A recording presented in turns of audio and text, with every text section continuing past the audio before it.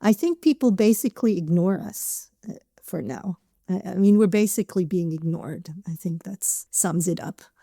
How has that manifested itself? What happens when you try and publish on this?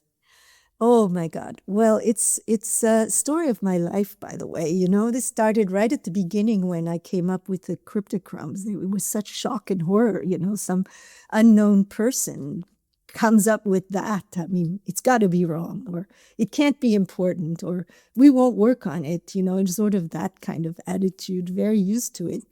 What really becomes a problem is when certain people have their set ideas. And this is a problem in all fields. Like, so you have someone who's very prominent in the field who claims one thing, and then you're not attacking them, but you're simply saying something which clearly, you know, it's just so opposed to what some people's career is based on. And so at best, you hope they don't review your paper, because if they do, forget it. And at worst, what they do is they simply ignore you and they continue on and on. And we've had this experience in a number of fields. But I will say the beauty of science, and I think the positive note, is that truth does win. The best way, if you can, is just carry on, keep on going, keep on bringing more and more proof in more and more different ways. And eventually there comes a time when, you know, you don't have to attack anyone. It's just over. How important do you think that imagination is in science? So being able to imagine something beyond what might be the conventional thinking. Oh, if you can't do that, you can't be a scientist. I mean, come on. You've got a dream, you know? I mean, I love these stories, especially this Wiltshire thing, when they came and talked about bird navigation. I mean, how could I not be excited? I'm more along the people who are always in a conflict with the mainstream, because I'm always sort of out on a limb. And I understand why people don't, is what I have to say. You know, it is so hard to get things published. It's hard to get grants.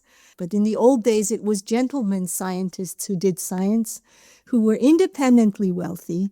And I think that would be the ideal condition today, if we could just, you know, dream.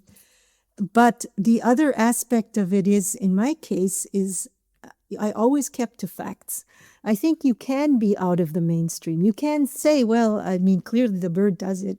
But you have to also come up with something testable. And I think this is where I always made the distinction between crack pottery and real science. You need to come up with a testable hypothesis based on hard facts. But if you can do that, you need to do that. You need to challenge dogma. Just because some important person says this is so, you cannot blindly follow it if the evidence points you somewhere else. And I go a little bit further. It's usually when the evidence points you somewhere else that it's the most interesting. Do you think there's been a kind of blindness almost in biology and medicine? There's been such a focus on chemical approaches. Yes. Yeah, my gosh. Well, I do want to say there has been a lot of bad science in the magnetic field and the photobiomodulation space.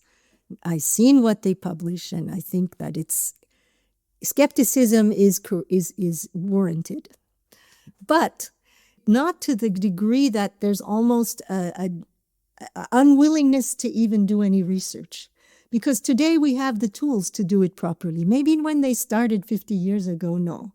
But today there is absolutely, if there's enough case reports, there's enough small-scale studies showing promise, why are these big medical labs, these big companies not working on this?